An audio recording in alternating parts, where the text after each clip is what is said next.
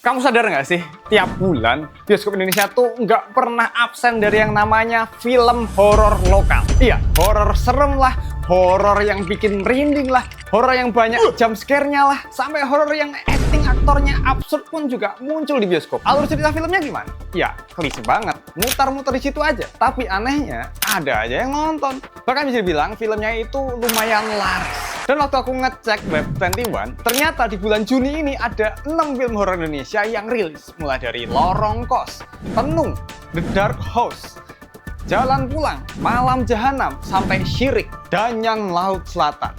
Siap tampil di bulan ini di studio bioskop. Gila, banyak banget ya. Kalau gini caranya, film-film dengan genre lain pun nggak kelihatan kalau lagi tayang. Dan itu aja baru film yang kelihatan di jadwal resmi loh. Bisa aja nanti ada film-film horor lain yang tiba-tiba nongol tanpa promosi dulu. Ya langsung tayang aja kayak setan yang tiba-tiba muncul. Ngelihat fenomena ini, aku tuh sampai geleng-geleng kepala dan bertanya-tanya, kenapa sih rumah produksi film Indonesia itu gacor banget kalau garap film horor baru? Sampai-sampai film genre romance atau drama kalah saing sama genre horor. Apa mungkin tim produksi film tuh males buat mikirin genre cerita lain yang lebih bagus? Emang dengan terus-terusan bikin film horor, kualitasnya bakalan ngalahin film horor luar negeri? Dan kok bisa-bisanya film horor lokal yang ampas tetap aja pada laku? Nah, semuanya bakal aku bahas di video ini bareng aku, Lajunta, orang yang suka takut kalau nonton film horor. Kalau kamu penasaran kenapa kok film horor lokal tuh laris di bioskop, tonton video ini sampai habis ya. Pernah nggak sih kamu ngerasa kayak horor tuh ada di mana-mana? Buka TikTok, isinya penampakan. Scroll YouTube, yang muncul video review orang soal film horor. Buka Netflix, film rekomendasinya horor lagi. Bahkan waktu buka TV tengah malam, yang muncul film horor lagi. Kayaknya nggak pernah tidur ini genre. Sampai-sampai bioskop Indo pun didominasi sama film horor lokal. Lihat aja data ini deh. Tahun 2024, setidaknya ada 68 film horor lokal yang tayang di bioskop. Artinya, dalam sebulan, sekitar 5-6 film horor dari Indonesia rilis di bioskop pada tahun 2024. Ini tim kreatifnya kerasukan apa sih? Ya bisanya ide mereka untuk buat film horor tuh nggak habis-habis. Nah, kalau tahun 2025 ini, menurut data produksi film horor lokal, di bulan Januari 2025, ada 9 film yang rilis. Bulan Februari pun sama, ada 9 film. Terus Maret, dari 12 film yang tayang, 7 diantaranya adalah film horor. Bulan April dan Mei kemarin, di masing-masing bulan ada 6 film horor yang tayang. Terus bulan Juni ini juga sama, ada 6 film horor lokal yang baru rilis. Dan feelingku nih ya, di bulan selanjutnya jumlah ini tuh bakal nambah terus. Mungkin banget kan, kalau totalan film horor lokal yang rilis tahun 2025 ini bisa nyaingin jumlah film horor tahun lalu. Kalau gini caranya, bisa-bisa tahun depan tiap hari ada film horor baru yang nongol di bioskop. Berasa banget ya, kalau makin kesini rumah produksi film Indonesia tuh makin beringas buat bikin film horor. Dan di balik film horor lokal yang terus-terusan muncul, ada dua alasan simpel tentang kenapa sih rumah produksi demen banget ngeluarin film horor. Ya karena murah dan gampang. Kok bisa ya? Jadi sebenarnya syuting film horor itu cuma butuh 1 atau 2 lokasi utama yang benar-benar harus pakai budget lebih. Contohnya kayak di destinasi wisata yang terkenal angker. Otomatis kalau mau syuting di tempat wisata ya harus bayar dong. Tapi kan nggak mungkin sampai bikin dompet mereka kering ya. Terus sisanya gimana? Ya mereka tinggal syuting di tempat yang nggak perlu keluar duit. Misalnya aja, rumah jadul yang udah nggak ditinggali bisa disulap jadi latar yang mencekam. Atau syuting di hutan juga cukup kok. Justru tempat-tempat kayak gitu tuh makin mendukung suasana horor tanpa bikin anggaran rumah produksi bengkak. Film Pabrik Gula contohnya. Produksi film ini tuh cuma butuh 2 lokasi utama untuk syuting, yaitu di Pabrik Gula Gondong Winangun, Klaten, dan salah satu pabrik gula di Cirebon yang nggak disebutin lokasi detailnya sama sutradaranya. Kedua pabrik gula itu udah nggak ada aktivitas lagi, dan tentunya nggak bakal bikin budget mereka bengkak kalau cuma syuting di kedua tempat itu. Nggak perlu tuh sampai harus terbang ke luar negeri buat syuting. Jadi mereka nggak wajib bayar mahal-mahal banget buat nyari dan nyusun latarnya. Terus film horor tuh nggak butuh efek visual yang ribet kayak genre film fantasi. Mereka lebih ngandelin make up aktornya, setting pencahayaan, dan juga musik yang mencekam biar kamu ketakutan pas nonton filmnya mereka. Coba bayangin kalau rumah produksi mau bikin film fiksi, udah CGI-nya mahal, lama bikinnya pula. Iya kalau filmnya laris, kalau enggak balik modal aja udah alhamdulillah. Terus alur ceritanya itu loh, simple banget. Sebagian besar film horor lokal itu punya pola cerita yang sederhana banget, malah terkesan kayak template aja gitu. Biasanya awalnya si tokoh utama yang hidupnya baik-baik aja, terus tiba-tiba dia ngelakuin sesuatu yang tanpa sadar bisa men-trigger anomali aneh. Dari situ teror pun mulai datang, dan lama-lama terbongkarlah misteri yang ternyata udah lama dikubur. Entah si MC itu aslinya dijadiin tumbal sama orang lain lah, atau ada masa lalu tragis yang menimpa keluarga MC di masa lalu. Hingga akhirnya endingnya pun biasanya ada dua pilihan, entah semuanya kelar atau happy ending, atau justru si tokoh utama beneran tumbang. Ya muter-muter di situ aja pola ceritanya. Makanya nggak salah dong kalau aku bilang film horor tuh jadi satu-satunya genre film yang paling murah dunia. Alasanku juga bukan tanpa dasar loh ya, karena alasan ini juga disorot sama pengamat sekaligus kritikus film Indonesia, Yan Wijaya. Dari yang Pak Yan amati, standar biaya produksi film horor di tahun 2019 ke bawah tuh sekitar 2,5 miliar rupiah. Dan menurutnya bikin film dengan budget segitu tuh masih wajar banget dibanding produksi film genre lain yang budgetnya bisa berkali-kali lipat. Emang sih kalau kamu perhatiin budget yang dikeluarin sama rumah produksi film horor belakangan ini, kayaknya udah jarang ya yang modalnya cuma 2,5 miliar. Tapi ya mau segede apapun, bakalan tetap untung. Contohnya nih, film Siksa Neraka yang rilis 2023 kemarin, modalnya cuma 5 miliar rupiah. Tapi penontonnya tembus 2,6 juta orang. Dan kalau dihitung-hitung, keuntungannya tuh bisa sampai 39 miliar. Terus ada juga tuh film Ivana di tahun 2022. Modalnya 12 miliar. Dan penontonnya hampir tembus 2,8 juta penonton. Keuntungannya juga menggokil, karena perkiraannya tuh bisa sampai 42 miliar. Dan yang paling tenar pada masanya, yang udah pasti kamu tahu, KKN di Desa Penari. Modalnya cuma 15 miliar, tapi penontonnya bisa tembus 10 juta orang. Dan keuntungannya bisa sampai 150 miliar cuy. Gokil abis. Itu aja baru perhitungan kotor dari keuntungan bioskop. Belum lagi ada keuntungan lainnya, misal jual merchandise atau pendapatan dari platform streaming film, kayak Netflix, Disney Plus, atau video. Kebayang nggak sih, cuan segede itu cuma dari modal yang nggak seberapa. Budgetnya sih minimal, tapi untungnya maksimal banget. Sekarang kamu lihat ini deh, top 15 film Indonesia terlaris sepanjang masa. Coba tebak, dari 15 film terlaris, berapa total film yang genrenya horor? 1 atau 2? Ini gila, dari 15 film terlaris sepanjang masa, film horor tuh ada 7 coy. Sangat mendominasi dan hampir setengahnya loh. Gimana rumah produksi nggak ngiler sama kesempatannya coba? Udah tahu filmnya gampang dibikinnya, modalnya nggak seberapa, cuannya gede banget. Makanya rumah produksi sekarang tuh kayak balapan, rebutan ngisi kursi film Indonesia terlaris dengan cara jor-joran bikin film horor. Soalnya mereka paham banget, selama orang Indo masih doyan ditakut-takutin sama jump scare dadakan, kisah mistis desa terpencil, dan suara pintu yang tiba-tiba nutup sendiri, film horor nggak akan pernah sepi penonton. Nah, dari fenomena banyaknya film horor lokal yang laris, mungkin nggak sih kalau sebenarnya selain Indonesia, ternyata banyak juga loh negara-negara luar yang rajin banget bikin film horor. Amerika Serikat dan Thailand nggak mau kalah soal produksi film horor. Dan kamu mungkin aja nggak sadar kalau sebenarnya tiap negara tuh punya ciri khas film horornya yang beda-beda. Lihat aja Amerika, film horornya itu sering ngasih kita jump scare yang keras banget. Contohnya kayak jump scare di film Insidious.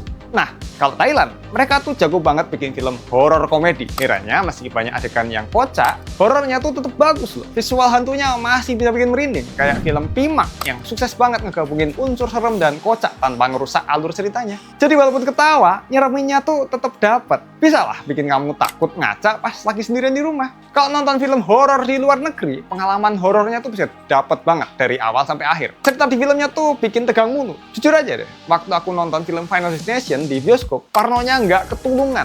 Di sepanjang film aku nggak bisa duduk tenang. Aku selalu parno dan mikir, aduh, abis ini tokohnya bakal kenapa lagi ya? Gitu aja terus sampai filmnya kelar. Atau waktu kamu nonton The Conjuring, dari awal sampai akhir, pasti suasananya bikin nggak tenang dan jantung makin deg-degan tiap ada suara aneh. Karena ya, film ini pinter banget mainin suasana. Jump scare-nya tuh dibangun dulu, pelan-pelan, lewat alur cerita yang rapi, nggak yang asal muncul kayak jump scare di beberapa film horor Indonesia. Jujur aja ya, dari segi kualitas cerita dan suasana nyereminya, tim produksi film horor Indonesia kayaknya masih harus belajar lagi soal nyusun alur di naskahnya. Masih banyak film horor Indonesia yang ceritanya ketebak, alurnya flat banget, ceritanya buru-buru banget diselesain, terus hantunya muncul cuma buat ya ngagetin doang, bukan yang nakutin penontonnya. Kadang baru 5 menit mulai, setannya udah in frame dan ikutan action. Terus panjang film isinya cuma kejar-kejaran sama setan. Jatuhnya film horornya itu malah bikin penontonnya capek sendiri karena dikagetin sama efek suara keras dan hantu yang muncul tiba-tiba. Memang sih jarang banget ada film horor buatan Indo yang bisa bikin penontonnya takut sepanjang duduk di bioskop. Soal nyusun naskah dan eksekusi filmnya, tim produksi film horor Indo masih kuanggap di level kurang. Tapi bukan berarti semua film horor lokal jelek ya. Kabar baiknya, 5 tahun terakhir ini, film horor lokal itu udah ada beberapa yang bagus-bagus banget. Walaupun jujur kualitas ceritanya masih bisa diperbaiki, tapi bagus yang ku maksud di sini adalah bagus dari sinematografinya. Visualnya itu makin niat, cahaya dan tone warnanya nggak cuma asal-asal gelap aja. Tata suaranya juga makin keren. Suara angin, langkah kaki, sampai suara setan tuh bisa berasa banget feel-nya. Film Sisa Kubur jadi contoh nyata kalau industri film horor Indonesia udah berani buat nampilin lebih niat dari segi visual dan suara. Gambar-gambarnya tuh ngeri, apalagi pas nunjukin adegan-adegan yang pergerakan kameranya kreatif banget. Setting tempatnya juga detail, kesannya kayak beneran syuting di kuburan asli. Efek-efek darah dan adegan menjijikkan juga nggak main-main. Lumayan rapi dan kelihatan keren. Nah, dari segi suara, ini juga gokil. Suara jeritan siksaan sampai musik yang mencekam tuh bikin nggak nyaman diterima di telinga. Tapi bisa pas banget sama suasananya. Kadang malah dibikin hening dulu, terus baru dikasih suara keras yang bikin kaget. Meskipun ceritanya masih biasa aja, tapi dari segi visual dan suara, film Siksa Kubur tuh ngebuktiin kalau film horor Indonesia udah mulai nyusul kualitas horor luar negeri. Ada juga film-film horor Indonesia lain yang cukup effort visual dan tata suara mistisnya. Kayak Kodrat 1 dan 2, KKN di Desa Penari, Sumala, Lembayung, sampai yang terbaru dan nggak boleh ketinggalan nih, Pabrik Gula. Jadi bisa dibilang dari kualitas visualnya, film horor Indonesia ini udah lumayan cakep dan bisa bersaing lah sama negara-negara lain. Tapi ya harusnya bukan cuma bersaing di visualnya doang loh ya. Kualitas ceritanya juga perlu diperbaiki dan ditingkatin.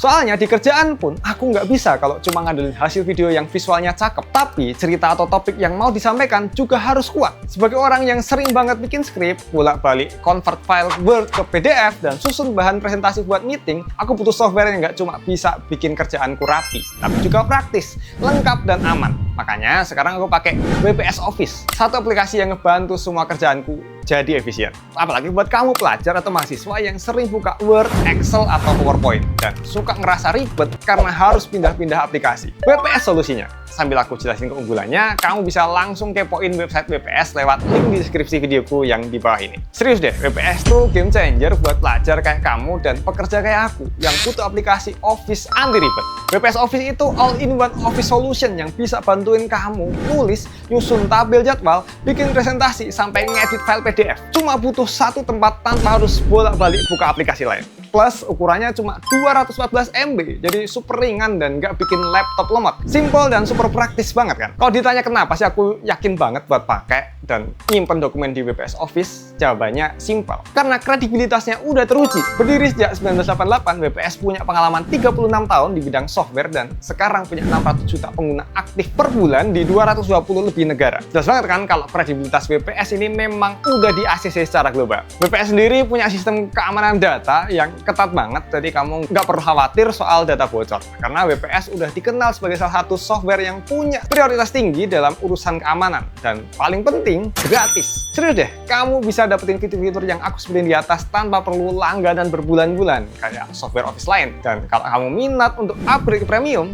WPS Office punya dua penawaran, yaitu WPS Pro dan WPS AI, yang tentunya nggak bikin kantong kering dan bisa lebih maksimal nyelesain tugas kamu. Jadi buat kamu yang mau stop ribet dan nggak mau terus-terusan stres gara-gara aplikasi yang berat, langsung aja cobain WPS Office lewat link yang ada di deskripsi. Balik lagi ke film horor lokal yang ceritanya ampas.